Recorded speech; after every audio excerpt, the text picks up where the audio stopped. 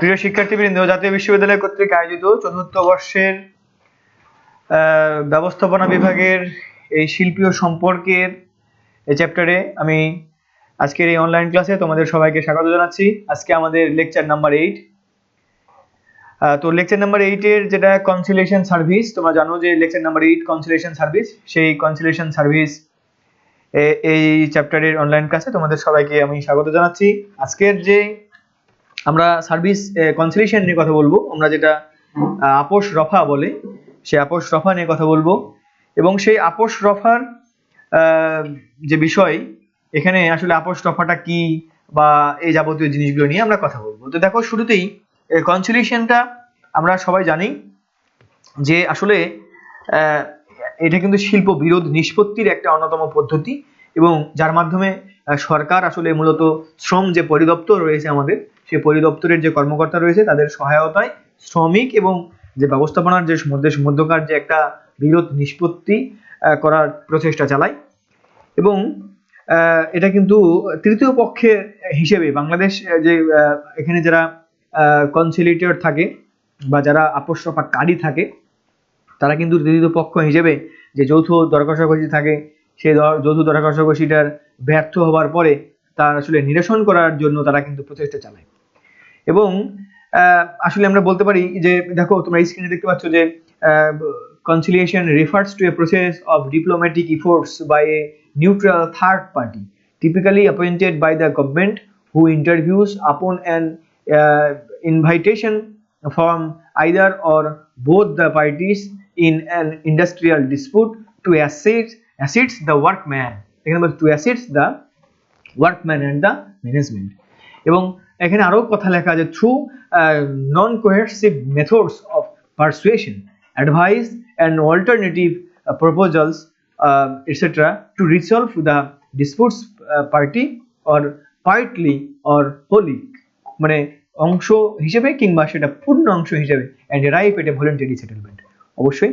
এবং এটি যিনি বলেছেন সেটি হলেন B.R. পাতিল, তিনি কিন্তু এই সংজ্ঞাটি দিয়েছেন। আসলে এখানে কিন্তু মালিক পক্ষ এবং শ্রমিক পক্ষ এই দুটি পক্ষের সঙ্গে কিন্তু একজন অভিজ্ঞ যে কনসিলিয়েটর থাকেন, উনার যে সেবা বা উনার যে সেবার মাধ্যমে বা উনার যে দূরদর্শিতার মাধ্যমে কিন্তু এই যে বিরোধগুলো আসে, সেই বিরোধগুলো কিন্তু নিষ্পত্তি করার চেষ্টা করা হয় বা নিষ্পত্তি করা হয়। তো যাই হোক, শুরুতেই কিন্তু আপোষ রফার মাধ্যমে এই কাজগুলো করা হয়, তো এটাকে কনসিলিয়েশন বলা হয় বা আপোষ রফা। তো আমরা দেখব যে আসলে যে ফরমেশনটা থাকে কনসিলিয়েটরের, এখানে আমরা সবাই জানি বাংলাদেশের প্রেক্ষাপটে এখানে দেখো যে ডিরেক্ট মানে লেবার ডিরেক্টর বলা হয়, অর্থাৎ এই যে লেবার ডিরেক্টর, আমরা একটা বিষয় জানি যে যে 81 জন আমাদের বর্তমানে কিন্তু বাংলাদেশে প্রায় 81 জন কনসিলিয়েটর গেজেট বিজ্ঞপ্তির মাধ্যমে নিযুক্ত রয়েছেন এবং এখানে কিন্তু সরকার আবার প্রয়োজন হলে কিন্তু এর সংখ্যাটা আরো বেশি বৃদ্ধিও করতে পারে।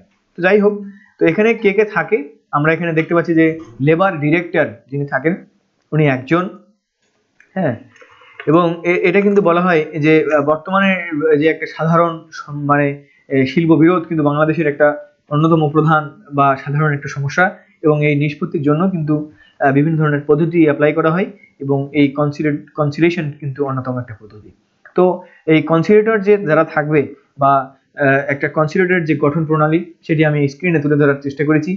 তো দেখো, লেবার ডিরেক্টর অর্থাৎ শ্রম পরিচালক থাকবে একজন, অ্যাডিশনাল লেবার ডিরেক্টর অর্থাৎ অতিরিক্ত যে শ্রম পরিচালক তিনি থাকবেন, জয়েন্ট লেবার ডিরেক্টর আমরা বলতে পারি যে যুগ্ম শ্রম পরিচালক, এবং ডেপুটি লেবার ডিরেক্টর অর্থাৎ যেটা আমরা উপ শ্রম পরিচালক বলতে পারি। এরপর স্ট্যান্ডিং ডিরেক্টর অর্থাৎ যেটা স্থায়ী যারা শ্রম পরিচালক থাকবেন, স্ট্যান্ডিং যে লেবার ডিরেক্টর তারা 17 জন থাকবেন, এবং যে লেবার অফিসার এরা থাকবে 10 জন, অর্থাৎ মোট হচ্ছে আমাদের 42, অর্থাৎ 42 জন মিলে কিন্তু এই সংখ্যাটা গঠিত।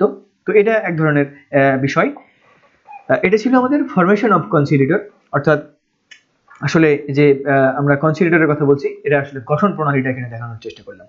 এরপরে আসলে বাংলাদেশের প্রেক্ষাপটে যে কনসিলিয়েটর গুলো মানে করা হয় বা কনসিলিয়েশন গুলো করা হবে, সেই কনসিলিয়েশন গুলোর আসলে প্রক্রিয়াটা কেমন, কিসের পর কি হয়। তো এখানে দেখতে পাচ্ছ conciliation before notice or of strike or log out, অর্থাৎ স্ট্রাইক কিংবা লগ আউটের পূর্বে যে কাজগুলো করা হবে, অর্থাৎ এখানে বলা হচ্ছে যে conciliation before notice or strike or. তো এখানে আমরা জানি যে শিল্প সম্পর্ক যে অধ্যাদেশ অর্থাৎ ইন্ডাস্ট্রিয়াল রিলেশনস যে অর্ডিন্যান্স, সেই অর্ডিন্যান্স অনুসারে আমাদের 1969 সালের যে অর্ডিন্যান্স সেই অনুসারে আমরা এই জিনিসগুলো পাই। এবং শুরুতে এখানে কি করা হয়, যখন দেখা যায় যে যৌথ দর কষাকষি কিন্তু করার চেষ্টা করা হবে, কিন্তু এই কালেকটিভ বার্গেনিং যখন আর কাজ হচ্ছে না, তখন কিন্তু যে কোনো একটা পক্ষ সংশ্লিষ্ট যে বিরোধ নিষ্পত্তি, সেই বিরোধ নিষ্পত্তির জন্য প্রাথমিক অবস্থায় এই কনসিলিয়েটরের কাছে কিন্তু লিখিতভাবে অনুরোধ করবেন।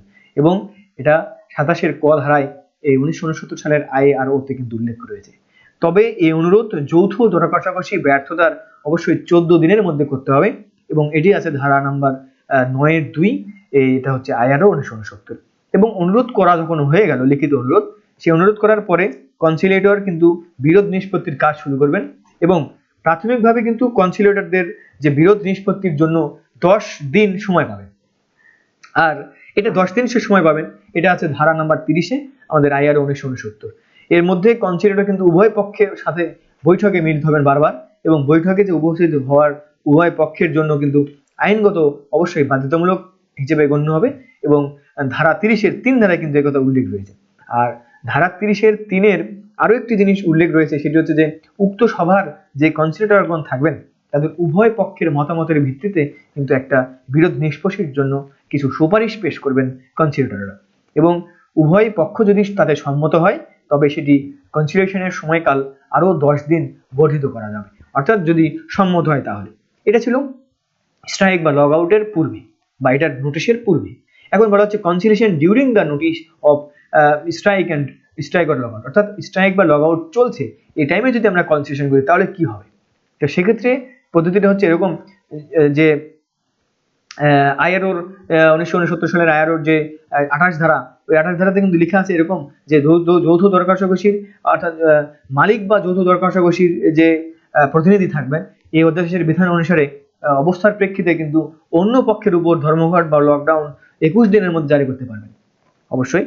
এবং উল্লেখ্য যে আরো একটি বিষয় উল্লেখ্য এখানে, সেটি হচ্ছে যে প্রতিষ্ঠানের যে 3/4 4 ভাগের 3 ভাগ অর্থাৎ 75% যে সদস্য গোপন ব্যালটের মাধ্যমে যদি সম্মতি প্রদান করেন, তাহলেই কিন্তু কেবল যৌথ দর কষাকষি প্রতিনিধি অর্থাৎ CBA যিনি থাকবেন বা যারা থাকবেন তারা কিন্তু এই ধর্মঘটের নোটিশ প্রদান করতে পারবেন। এটা কিন্তু আছে আমাদের IR এর যে 1980, সেই 1980 ধারা 8-এ।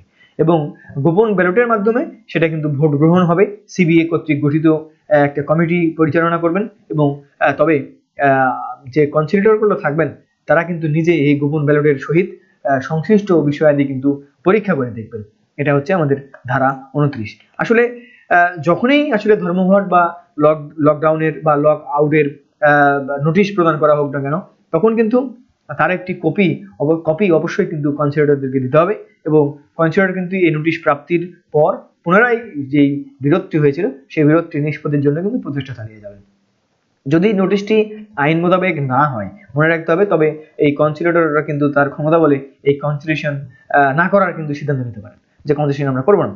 এবং তবে কিন্তু এই নোটিশ যদি আইন মোতাবেক হয়, তাহলে কনসিলিয়েটররা কিন্তু পুনরায় আবার কনসিলিয়েশন চালিয়ে যেতে পারবে। তো যাই হোক, এ ছিল আমাদের বিষয়। আর সব শেষের যে আছে দেখো এক্সটেন্ডেড কনসিলিয়েশন, এই এক্সটেন্ডেড কনসিলিয়েশনে বলা হচ্ছে এরকম যে যদি ধর্মঘট বা লকডাউনের নোটিশের সময়কালের মধ্যে আমাদের বিরোধটি নিষ্পত্তি না হয়, হ্যাঁ, তবে উভয় পক্ষের সম্মতিক্রমে এই কনসিলিয়েশনের কার্যক্রমের জন্য কিন্তু পুনরায় সময় বাড়ানো যেতে পারে। এবং এটি কিন্তু আছে আমাদের 1969 সালের IRO ধারা 35-এর 5। এই জিনিসগুলো ছিল আমাদের আজকের এখানকার কনসিলিয়েশন প্রসেস ইন বাংলাদেশের আলোচনার বিষয়বস্তু। এর পরের যে বিষয়টি সেটি হচ্ছে যে reasons for failure of conciliation, অর্থাৎ আসলে এখানে আরো অনেক বিষয়বস্তু রয়েছে আলোচনার, যেমন এখানে বলছে রিজনস, কারণগুলো কি কি হতে পারে। অর্থাৎ আমাদের যে কনসিলিয়েশন আমরা করি বা যেটা আপোষ রফার ব্যবস্থা করা হয়, সেই আপোষ রফার আসলে এটা ব্যর্থতার পিছনে কারণগুলো কি কি। আমরা এখানে যদি একটু ব্যর্থতার কারণগুলো দেখি তাহলে বলবো, দেখো not for following recommended formula by employers properly or completely. That mean এখানে যে নিয়োগকর্তা বা ব্যবস্থাপকগণ থাকবেন, এদের দ্বারা যে কনসিলিয়েটরদের যে প্রদত্ত যে ফর্মুলা বা যেটা সুপারিশগুলো আসবে, সেই সুপারিশগুলো কিন্তু পুরোপুরি অনুসরণ করা হয় না। আর পুরোপুরি অনুসরণ করা হয় না বলেই কিন্তু এই কনসিলিয়েশন কিন্তু খুব একটা সফলতার মুখ দেখে না। এবারে আরেকটা বিষয়, ignoring labour department in reducing dispute, অর্থাৎ যে বিরোধ যখন হচ্ছে, এই বিরোধ নিরসনের সময় যে লেবার ডিপার্টমেন্ট, অর্থাৎ যেটা আমরা বলতে পারি যে শ্রম যে বিভাগ, এই শ্রম বিভাগকে কিন্তু ইগনোর করা হচ্ছে। অর্থাৎ অনেক সময় দেখা যায় যে স্থানীয় যে প্রশাসন বা থানার যে ভারপ্রাপ্ত কর্মকর্তা, এদের মাধ্যমে কিন্তু দেখা যাবে যে বিরোধটা নিষ্পত্তির চেষ্টা করা হচ্ছে। আসলে যেটা কনসিলিয়েশন, সেই প্রক্রিয়ায় কিন্তু যাওয়া হচ্ছে না বিভিন্ন কারণে। এটা একটা বিষয় হতে পারে। আরেকটা বিষয় আমরা এখানে দেখবো যে কারাপশন অ্যান্ড নেপোটিজম। এটা তো অবশ্যই যে সিবিএ থাকবে, হ্যাঁ, যে ব্যবস্থাপকের মানে কনসিলিয়েশন চলাকালীন সময় যে ব্যবস্থাপকরা যে সিবিএ বা যেটা ট্রেড ইউনিয়নের যে কর্মকর্তা থাকবেন, এদের কিন্তু ঘুষ প্রদান করা হয়। এবং দেখা যায় যে ব্যবস্থাপকরা হয়তো বা কনসিলিয়েশন চলাকালীন সময় ব্যবস্থাপকরা তাদেরকে ঘুষ দিয়ে কিংবা তাদের সঙ্গে দুর্নীতির একটা মদত করে, সেক্ষেত্রে কিন্তু এই জিনিসটাকে কিন্তু অনেক ধরনের একটা ইজি সিচুয়েশনে রূপান্তর করার চেষ্টা করা হবে। এতে করে কিন্তু এই শ্রমিকরা কিন্তু অনেকটা ক্ষতিগ্রস্ত হয়, অর্থাৎ কনসিলিয়েশন কিন্তু ঠিকঠাক মতো হয় না, আগেই থেকেই কনসিলিয়েশনের একটা ফিক্সিং দেখাবে। তো যাই হোক, এবং নেপোটিজমে দেখা যায়, অর্থাৎ যেটা স্বজনপ্রীতি আমরা বলি, সেই স্বজনপ্রীতির বিষয়টি চলে আসে। তারপরে ইনফ্লুয়েন্সড বাই পলিটিক্স, অনেক সময় কিন্তু এটি দেখা যায় যে রাজনৈতিক কারণে বা অনেক সময় এই যে রাজনৈতিক যে প্রভাব, সেই প্রভাবের কিন্তু পড়ে যায় এই কনসিলিয়েশনটা। সেক্ষেত্রে কিন্তু এটা যে সরকারি দল বা বিরোধী দল, এ ধরনের অনেক জিনিস চলে আসে। এবং নিরপেক্ষ যে ভূমিকা পালন করা উচিত, সেই নিরপেক্ষ ভূমিকা কিন্তু পালন করা তখন হয় না। তো এটাও কিন্তু আসলে এই কনসিলিয়েশনের ফেলারের একটা অন্যতম প্রধান কারণ। এরপরে আমরা বলতে পারি যে আরেকটা বিষয় দেখা যেতে পারে যে যে নিরপেক্ষ, আমরা যারা একটু আগে বললাম যে শ্রমিকদের চেয়ে মালিক পক্ষের প্রতি কিন্তু তারা তখন বেশি সহানুভূতিশীল আচরণ করে, এবং ফলে যারা মালিক বা যারা ব্যবস্থাপনা সরকারি দলের শ্রমিক সংঘ কর্তৃক তারা কিন্তু প্রভাবিত হয়, বা কনসিলিয়েটররা কিন্তু তখন প্রভাবিত হয়ে থাকে। তো যাই হোক, আবার আমরা যদি আরেকটা দিকে তাকাই, দেখবো যে এখানে direct move to labour court ignoring conciliation. অনেক সময় দেখা যায় যে কনসিলিয়েশন বা আপোষের দিকে না গিয়ে সরাসরি হয়তো শ্রম আদালতের শরণাপন্ন হতে হলো। এই বিভিন্ন কারণে বিভিন্ন জনের প্ররোচনায় অনেক সময় করা হয়, বা কনসিলিয়েশনের যে খারাপ দিকগুলো রয়েছে, সেই খারাপ দিকগুলো বিবেচনায় নিয়ে কিন্তু অনেক কর্মী তারা কিন্তু নিজেদের যে দাবি দফা সেটি আদায়ের জন্য বা নিজেদের যে ক্ষতিগ্রস্ত সেটির ক্ষতিপূরণের জন্য তারা কিন্তু সরাসরি কোর্টের আশ্রয় নেয়। তাহলে সেক্ষেত্রে এই জন্য এটাও কিন্তু একটা সমস্যা। এবং অনেক সময় এটা কিন্তু আমরা জানি যে বিরোধ নিষ্পত্তিতে কনসিলিয়েশনের পরবর্তীতে কিন্তু শ্রম আদালতে যাওয়ার বিধান রয়েছে, তারপরেও কিন্তু তারা হয়তো আগেই চলে যায় এরকম।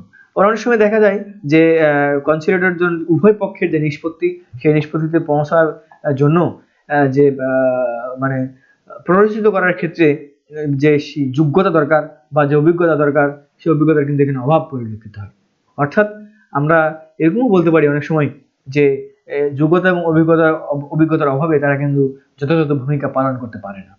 তো এ ছিল আমাদের direct move to lack of qualification and efficiency, অর্থাৎ দক্ষতার অভাব থাকে অনেক সময়। এরপরে lack of mutual trust and patience, এটা তো অবশ্যই জরুরি বিষয়। অর্থাৎ আমাদের দুই পক্ষের মধ্যে যে পারস্পরিক ধৈর্য বা পারস্পরিক যে বিশ্বাস বা আস্থাবোধের একটা সম্পর্ক, এটি সম্পর্ক কিন্তু থাকে না।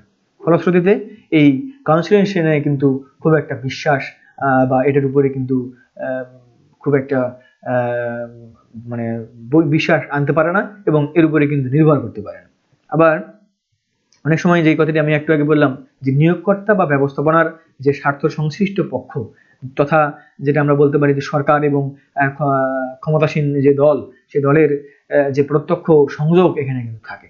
ফলশ্রুতিতে কনসিলেশন কিন্তু যে কার্যক্রমে বা সে স্বাধীন হওয়ার কথা ছিল সেই স্বাধীনভাবে কিন্তু কার্যক্রমগুলো সম্পাদন করতে পারে না। তো এটাও একটা খারাপ দিক কনসিলেশনের, এজন্য কিন্তু অনেক সময় এটি ব্যর্থতায় পর্যবসিত হয়। এবারে আমরা দেখব যে direct move to labour code, sorry এটা হয়ে গেছে আমাদের আলোচনা, এবং সবশেষে যেটা আলোচনা presently different want by labour union, অর্থাৎ এখানে অনেক সময় শ্রমিক সংঘদের শ্রমিক সংঘ কর্তৃক কিন্তু ব্যবস্থাপনার কাছে অনেক সময় ইররিলেভেন্ট টপিকস বা ইররিলেভেন্ট যে ওয়ান্ট চাহিদা সে জিনিসগুলো কিন্তু তুলে আনা হয়। অর্থাৎ অনেক সময় এরকম করা হয় যে যে চাহিদাগুলোর কথা বলা হচ্ছে বা যে দাবি দেওয়ার কথা বলা হচ্ছে সেগুলো কিন্তু অনেক সময় অযৌক্তিক এবং অবাস্তব। তাহলে সেই অবাস্তব এবং অযৌক্তিক দাবি নিয়ে আসলে এটা কিন্তু আসলে বার্গেনিং এর মাধ্যমে আসলে কনসিলিয়েশন বা সমঝোতা আনা কিন্তু খুব একটা সম্ভবপর হয় না। এরকম অনেক কিছু আছে।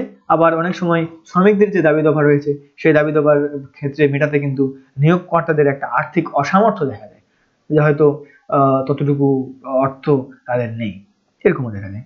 আবার অনেক সময় আরেকটি বিষয় যে কনসিলিয়েটর যারা থাকবে তাদের যে কর্মকাণ্ড, এই কর্মকাণ্ডের যে অ্যাকাউন্টেবিলিটি, এটার যে জবাবদিহিতা থাকতে হবে বা ট্রান্সপারেন্সি থাকতে হবে, এই জিনিসগুলো কিন্তু অনেক সময় অনুপস্থিতি লক্ষ্য করা যায়। এবং অনেক সময় এই যে কনসিলিয়েশন চলাকালীন সময়ে যে ট্রেড ইউনিয়ন নেতা, এই নেতা কর্তৃক কিন্তু শক্তি প্রদর্শন করা হয় অনেক সময়। তো এই বিভিন্ন কারণে এই ট্রেড ইউনিয়নের কি বলে যে কনসিলিয়েশনের প্রতি মানুষের বা কর্মীদের কিন্তু একটা দেখা যায়।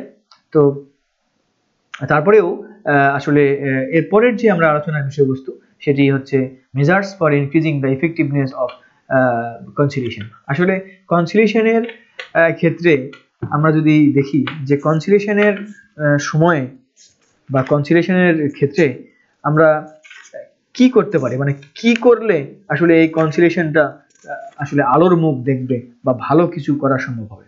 আমরা দেখব যে বৃদ্ধির যে উপায়, এটি দেখো কি করতে হবে। শুরুতেই আমরা যে জিনিসটি বোঝানোর চেষ্টা করছি সেটা হচ্ছে যে এই কনসিলিয়েশনের যে কার্যকারিতা, সেই কার্যকারিতা বৃদ্ধির জন্য আসলে কি কি মেজারমেন্ট আমাদেরকে নেওয়া উচিত বা কি কি করা উচিত। শুরুতেই দেখতে পাচ্ছি to give enough power to conciliator, যারা কনসিলিয়েটর হিসেবে থাকবেন তাদেরকে কিন্তু যথেষ্ট পরিমাণে তাদেরকে ক্ষমতা দিতে হবে, পাওয়ার দিতে হবে, এবং পর্যাপ্ত ক্ষমতা প্রদান যদি সুনিশ্চিত করা যায় তাহলে কিন্তু এই ওই কনসিলিয়েটরদের দ্বারা যে কনসিলিয়েশনটি করা হবে সেটা অবশ্যই সফল হতে বাধ্য। 2 নম্বরে ensure positive mentality to conciliation, অর্থাৎ এই যে সমঝোতা হইলে যে সেটি খারাপ হবে, এই যে ধ্যান ধারণা বা এই যে একটা নেতিবাচক মনোভাব, এই নেতিবাচক মনোভাব থেকে কিন্তু বের হয়ে আসতে হবে, এটা একটি বিষয়।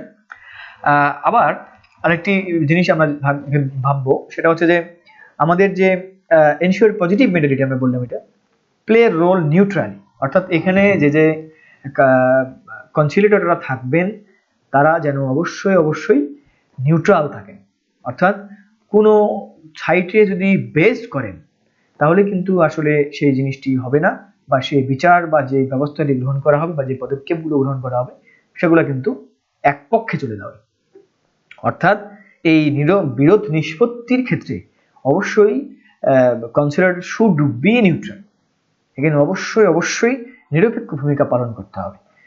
এবং নাম্বার 4 যদি আমরা চিন্তা করি, এখানে বলা হচ্ছে যে conciliators should be honest and responsible, এদেরকে অবশ্যই সৎ হতে হবে, এদেরকে কর্তব্য পরায়ণ হতে হবে এবং ন্যায় পরায়ণ হতে হবে, এই কয়েকটি গুণাবলী কিন্তু তাদের থাকতে হবে।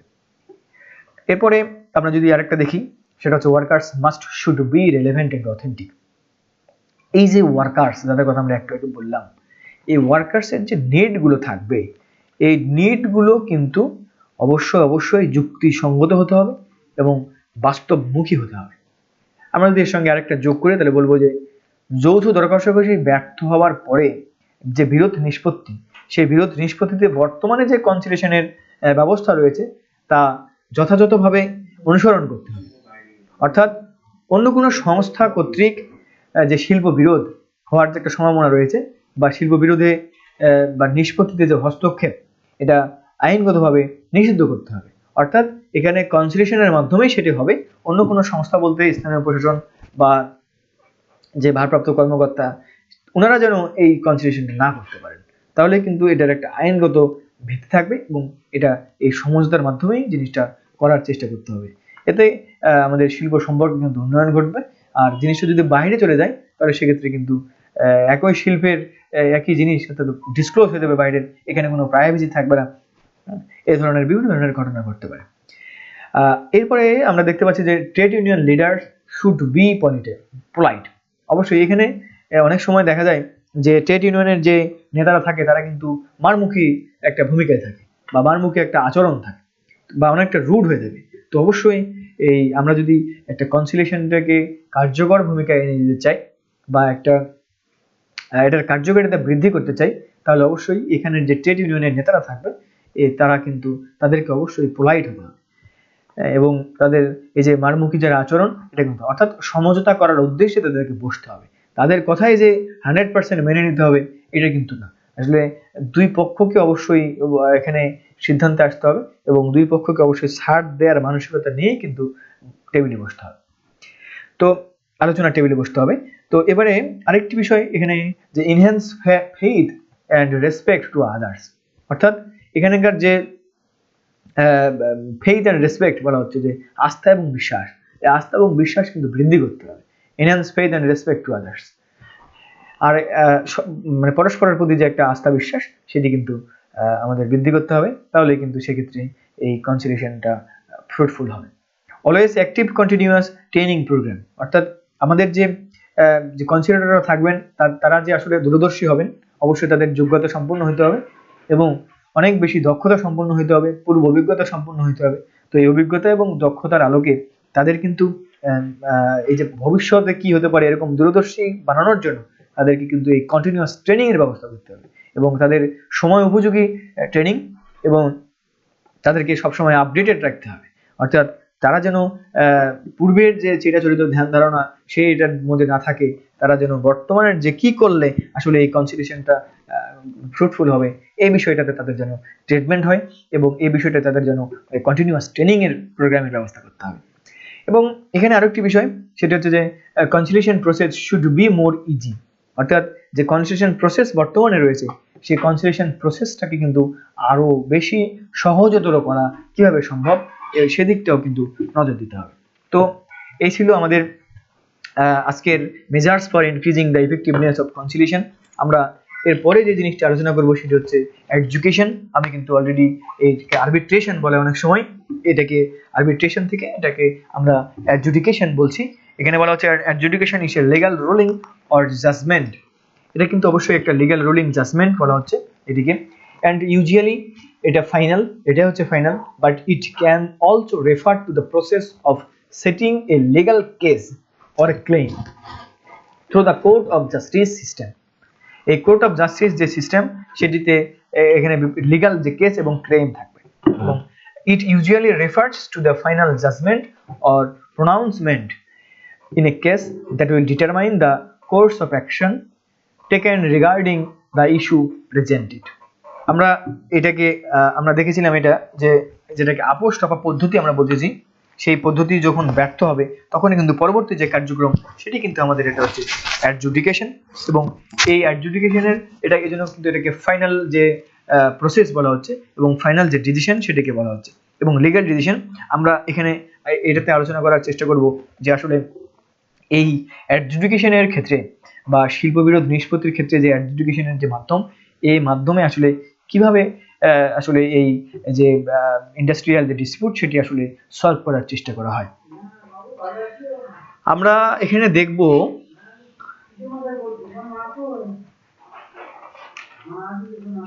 দেখো এই জিনিসটাতে আমরা দেখতে পাচ্ছি স্ক্রিনে settlement of industrial disputes by adjudication. তাহলে এখানে শুরুতে বলা হচ্ছে যে শ্রম আদালত, এই শ্রম আদালত কর্তৃক প্রথমে হচ্ছে অ্যাডজুডিকেশন বাই লেবার কোর্ট। এখানে হচ্ছে তিন ধরনের ঘটনা ঘটে, একটি হচ্ছে অ্যাডজুডিকেশন বাই লেবার কোর্ট, আরেকটি হচ্ছে adjudication by labour appellate tribunal, আরেকটি হচ্ছে অ্যাডজুডিকেশন বাই হাইকোর্ট। তো যাই হোক এখানে বিষয়টি কেমন, যখন কনসিলিয়েটরদের কাছ থেকে ব্যর্থতার সনদ নিয়ে আসতে হবে এবং আমরা পারলাম না, এই মর্মে তারা একটা ব্যর্থতার সনদ দেবেন এবং সেটা প্রাপ্তির 30 দিনের মধ্যে যে কোনো একটি পক্ষ এই বিরোধ নিষ্পত্তির জন্য শ্রম আদালতে আবেদন করতে পারবে। এবং 30 দিনের মধ্যে এই শ্রম আদালতের যে আবেদন সেটি যদি পেশ করা না হয় তাহলে কিন্তু শিল্প বিরোধের যে অস্তিত্ব এটি নাই বললেই চলবে, অর্থাৎ এটি থাকবে না। এবং এক্ষেত্রে যে আইনে অনুসারে যে বিরোধ নিষ্পত্তি এটা কিন্তু সে সময় 60 দিন সময় পাওয়া যায়। অবশ্য এই 60 দিনের পরেও যদি রায় প্রদান না করা যায় বা না যদি করা হয় তাহলে কিন্তু সেটি অবৈধ হবে না। এটা কিন্তু আছে আমাদের আইআরও 1969 সালের আইআরওর এটা 35 নম্বর ধারায় এটা কিন্তু উল্লেখ রয়েছে। আর এর পরের যে বিষয়টি সেটা হচ্ছে adjudication by labour appellate tribunal. এই লেবার অ্যাপিলেট ট্রাইব্যুনালের যে বিষয়টি সেটা হচ্ছে এরকম যে শ্রম আদালতে যে দায়েরকৃত মামলা, এটা মামলাটা অবশ্যই থাকবে, তবে মামলার যে অভিযোগ সেটি অবশ্যই সে মামলা এবং যে অভিযোগ মামলা থাকবে সেটি এবং আইনগত যে অধিকার মামলা থাকবে এটার যে রায়, এই রায়টা ব্যতীত যে কোনো পক্ষ এই শ্রম আদালতের রায়ের বিরুদ্ধে শ্রম অ্যাপিলেট ট্রাইব্যুনালে কিন্তু আপিল করতে পারবে।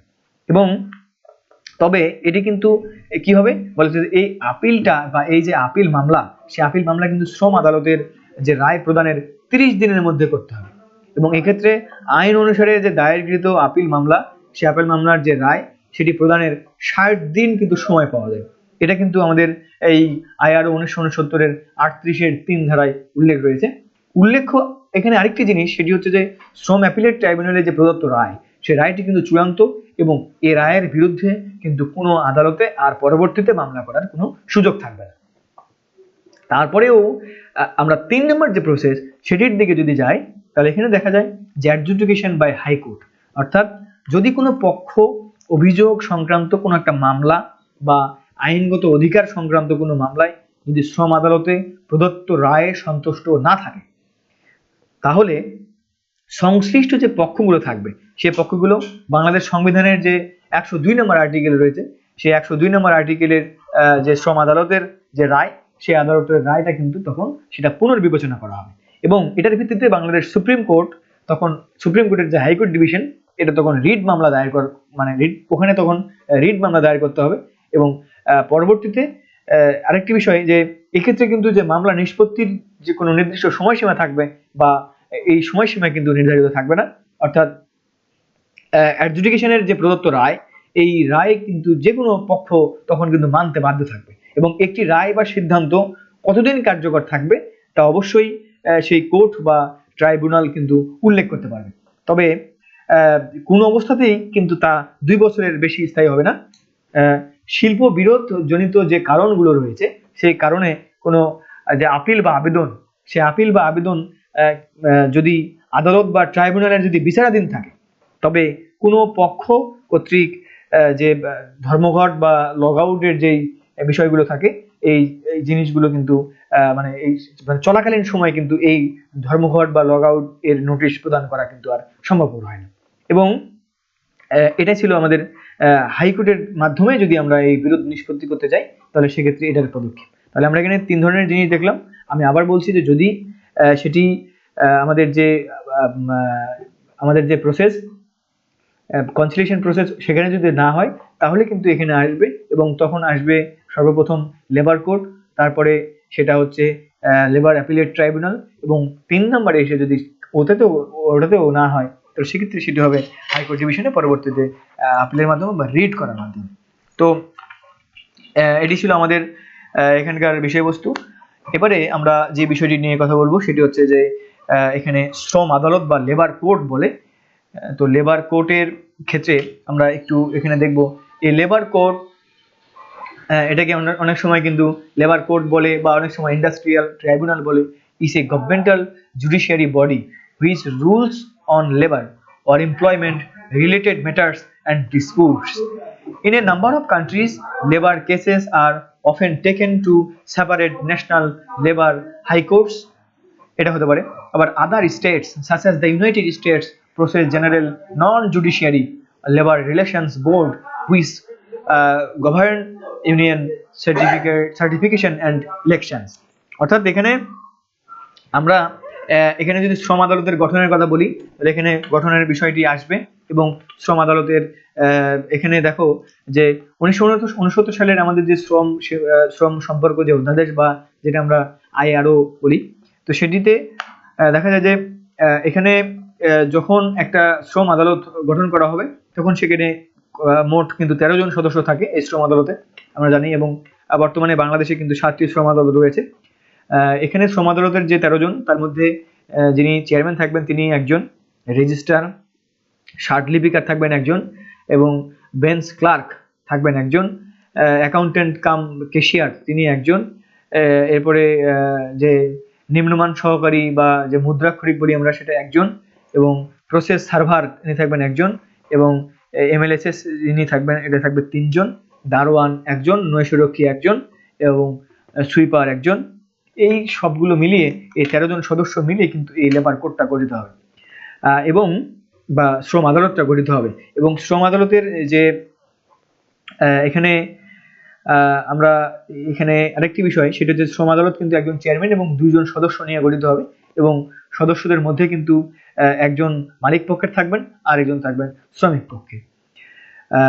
এই ছিল আমাদের এখানকার বিষয়। এবং আরেকটি বিষয় যোগ করি সেটা হচ্ছে যে শ্রম আদালতের চেয়ারম্যান যিনি হবেন ইনি কিন্তু হবেন যে হাইকোর্ট ডিভিশন, যে হাইকোর্ট ডিভিশনের কোনো একজন বিচারপতি বা অতিরিক্ত কোনো বিচারপতি বা জেলা যে জজ বা যে অতিরিক্ত জেলা জজের পদে এরকম সমমানের যদি পদ থাকে তাহলে এখানকার যোগ্যতা সম্পন্ন একজন ব্যক্তি। এটা কিন্তু আমাদের যে 1969 আইআরও এটার 35-3 ধারায় এই জিনিসটির উল্লেখ রয়েছে। এবং এখানে বলা হচ্ছে যে আইনসম্মত উপায়ে কিন্তু সেক্ষেত্রে নিয়োগকর্তা এবং শ্রমিকদের সাথে আলোচনা ক্রমে শ্রম আদালতের যে সদস্যগণ এই সদস্যগণদের কিন্তু পরবর্তীতে আবার তিনি নিয়োগ দিবেন। এই ছিল আমাদের লেবার কোডের মোটামুটি ভাবে লেবার কোডের বিষয়বস্তু এবং লেবার কোডের গঠন। এখানে আরো একটি বিষয় আজকের আমাদের আলোচনার শেষ বিষয়বস্তু সেটি হচ্ছে ফাংশনস অফ লেবার কোড আমরা দেখতে পাচ্ছি। তো অনেক সময় আমরা জানি যে যে এই ফাংশনস অর্থাৎ কি কি কাজ করে থাকে। তো এখানে শিল্প সম্পর্ক যে অধ্যাদেশ 1969 এটার 35 এবং 36 নাম্বার যে ধারা, এই ধারায় শ্রম আদালতের কার্যাবলী সম্পর্কে কিন্তু আলোচনা করা হয়েছে এবং শ্রম আদালত যে মামলা নিষ্পত্তির জন্য আসলে 60 দিন সময় পায়, এবং তবে রায় প্রদানে যদি দেরি হলেও আসলে রায়ের যে বৈধতা সেটা কিন্তু অক্ষুণ্ণ থাকে। এবং শ্রম আদালতের যে প্রধান যে কাজগুলো, সেই প্রধান যে কাজ সেটির মধ্যে একটি হচ্ছে যে শিল্প বিরোধ নিষ্পত্তি এবং বিচার করা, এরপরে যে মীমাংসা চুক্তি যে সেটা বাস্তবায়ন করা, আমরা যেটা বলছি ইমপ্লিমেন্ট কনসিলিয়েশন কন্ট্রাক্ট, সেটা বাস্তবায়ন করা, এবং যারা ভঙ্গ করবে তারা সে ভঙ্গকরণের বিষয়ে নিষ্পত্তি করা। এবং এখানে আরেকটি বিষয় যে justice various crimes according to IRO, অর্থাৎ এখানে যে 1969 সালের যে আইআরও রয়েছে সেটা অনুসারে যে বিভিন্ন অপরাধগুলো রয়েছে সেই অপরাধগুলোর কিন্তু বিচার করা। এবং এই 1969 আইআরওর বা অন্য কোনো আইনের যে অধীন ন্যস্ত কিংবা প্রাপ্ত যে কোনো ক্ষমতা প্রয়োগ করা এবং সেগুলোর দায়িত্ব পালন করা, এটা হচ্ছে 35-5 ধারায় উল্লেখ রয়েছে। এবং আরেকটি বিষয় যে এখানে এনফোর্স পাওয়ার অ্যান্ড ওবে রেসপন্সিবিলিটির কথা বলা হচ্ছে, অর্থাৎ এখানে ক্ষমতা প্রয়োগ করতে হবে এবং সেই তাদের উপরে যে দায়িত্ব অর্পণ করা হবে সেই দায়িত্বগুলো যেন যথাযথভাবে পালন করা হয় সেদিকটাতেও কিন্তু দৃষ্টি দেয় এই লেবার কোড। আর সবশেষের যেটি আমরা বলবো যে এটিও কিন্তু অবশ্যই গুরুত্বপূর্ণ একটি কাজ। এবং এখানে আমাদের যে 35 ধারার 6 অর্থাৎ আইআরও 1969-এ যে সরকারি গেজেটের যে নোটিশ দিয়ে যখন শ্রম আদালতটা গঠন করা হবে এবং গঠন করে শ্রমিকদের যে ক্ষতিপূরণ আইন, আমরা জানি যে শ্রমিকদের ক্ষতিপূরণ আইন 1923 এবং মজুরি যে প্রতিরোধ আইন 1936, এই দুটি আইনের অধীনে যে কোনো ক্ষমতা প্রয়োগের যে অধিকার সেটি কিন্তু শ্রম আদালতের উপরে ন্যস্ত থাকবে এবং সেটি কিন্তু শ্রম আদালত সেটি প্রয়োগ করতে পারে। তো যাই হোক, এই ছিল আমাদের আজকের আলোচনা।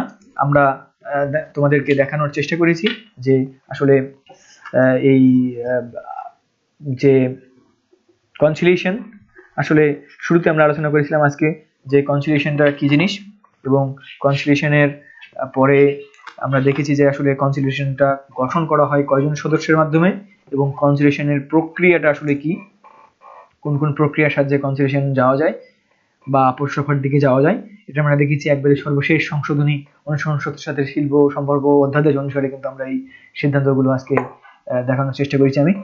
এবং সব শেষে এসে আমরা চলে আসলাম যে আমরা এর ভিতরে আলোচনা করেছিলাম যে আসলে কনসিলিয়েশনের আসলে বর্তমানের যে ব্যর্থ অবস্থা, এটার পিছনে কারণটা কি, এবং এই কনসিলিয়েশনের যে কার্যকারিতা বৃদ্ধির জন্য আমরা আর কি কি সুপারিশ করতে পারি সেই জিনিসগুলো।